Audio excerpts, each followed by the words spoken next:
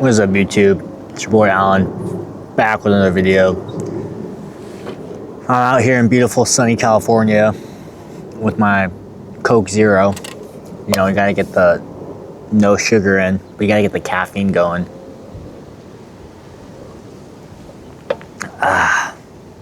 And just got some free-flowing thoughts I feel like ripping off today. So I was in Asia for 3 months, and this was after I got laid off from my job. I think I've been laid off for 6 months now, and it's taken me the full 6 months actually to finally feel like I'm getting out of that corporate identity. I remember at all phases of my career of working the last 5 or 6 years, man, my identity would be so tied up in what I would do for work. My first job, I cared about it a lot. I was pretty excited to get my career going, to be making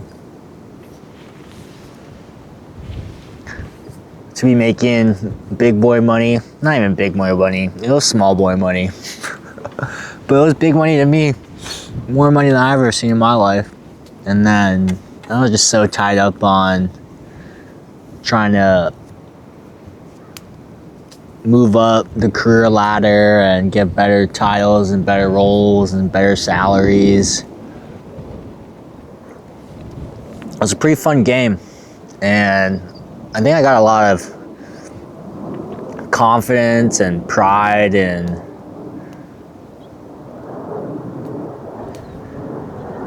a lot of my self-worth was tied up into what company I was working at, what my job title was, how much I was getting paid. And I think that's a common thing in America, and especially when you're in cities like New York City, where the first 1 or 3 questions somebody's going to ask you is, oh, what do you do for work?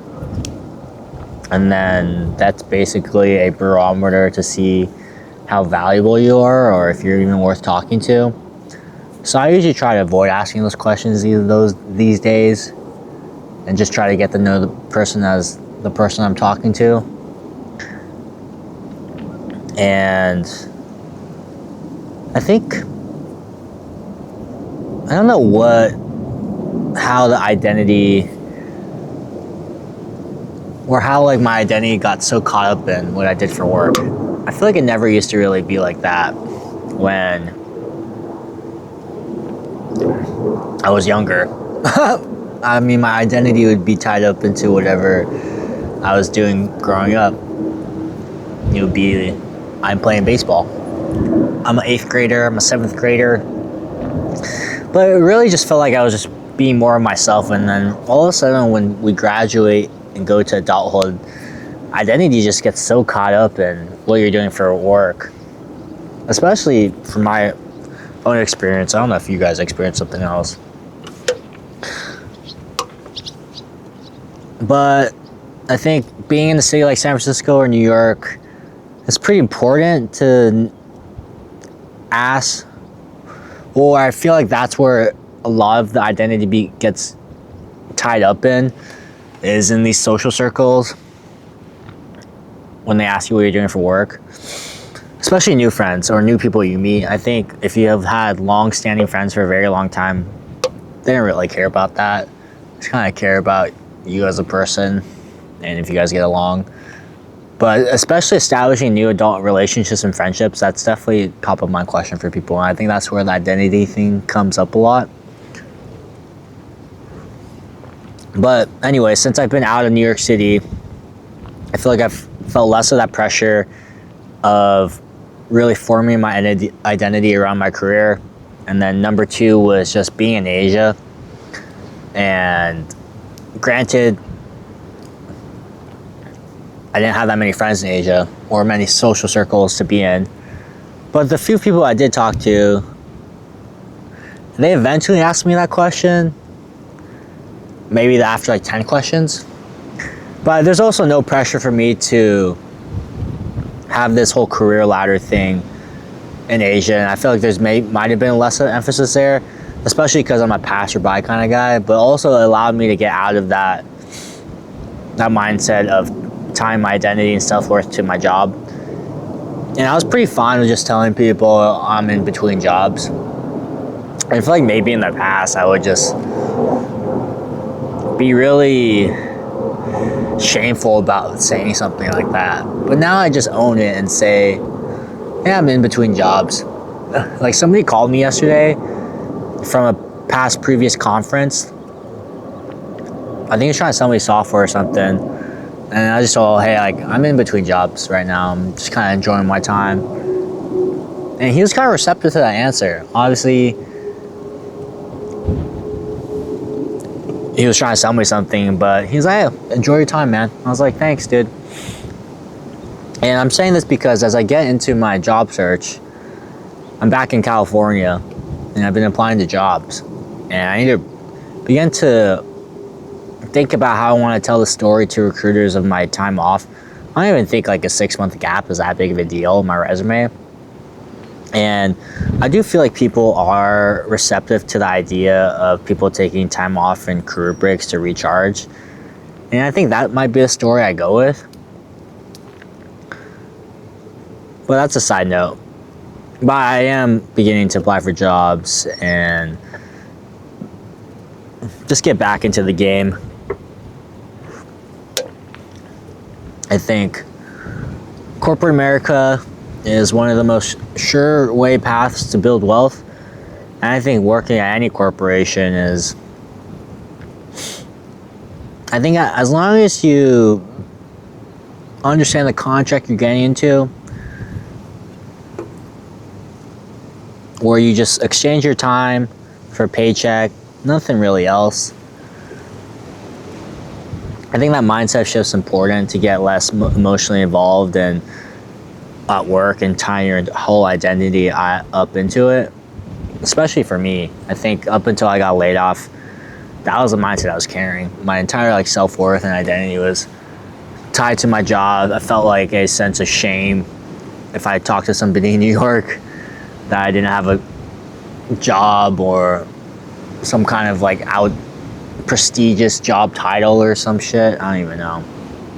But now, as I get back into the game, like I do want to work at a good company, get a good pay rate, but also I'm going to be more measured in my approach because I am not going to tie my identity into a corporation again.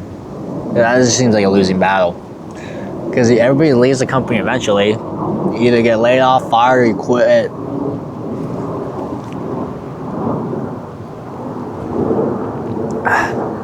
And also, I think after these 6 months of being laid off, it's actually allowed me to reinvent myself and create new identities. I don't even just see myself as a tech marketer. I think that's just like a part of me that I do to pay the bills and build financial freedom for myself and wealth and savings and investments. But this last 6 months has allowed me to shed that identity. I've been able to pick up hobbies I've really enjoyed in the past, like speaking to this camera. And I think, yeah, just having time off, picking up old hobbies, and just clearly understanding that a corporation is just really meant to help you build your own financial freedom and help you build an income. Nothing more, nothing less. And I think understanding that has allowed me to detach myself from making a career my entire identity. Especially also being out of New York helps a lot. But even anywhere you go, you have a conversation with people. Even in Asia, I was having conversations with people. That question will come up eventually. Work is a big part of our lives. So I could see why people fall into that mindset of tying their entire identity to it. You know, it's like one of the most common questions a girl asks you on a date. The intentions in the US are pretty clear. Usually most girls will probably ask it to get a barometer of how much you make.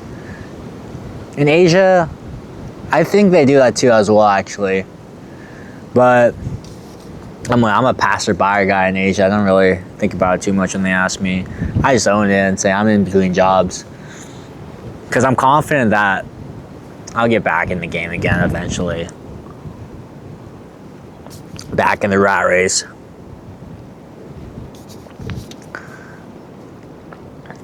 But that's my stream of thought video for today. It's a beautiful day here in California. I'm unemployed and enjoying it because being unemployed gives me more time to make these videos, and making these videos puts a smile on my face. Hopefully, I'll have a smile on my face when I'm back in the saddle at work making PowerPoint presentations and sitting on Zoom calls and coordinating internally. It'd be great if one day, like, I find a role where I'm pretty stoked on. That'd be pretty damn good. Because imagine if you are so stoked about a certain role or whatever you're doing, man, you'd be able to outcompete anybody because you're just so stoked and passionate to be doing that job. And I think I found that with making these videos. And for my next job, well, as I'm searching for that job, it'd be pretty damn great if I could find that. But maybe that's a little bit too idealistic. Sometimes I wonder if passion comes from getting good at something. Like, you get so good at making PowerPoint presentations, you become passionate about it. Is that a delusion? I don't even know. But that's my stream of thought video for today. I'll see you in the next one. Peace.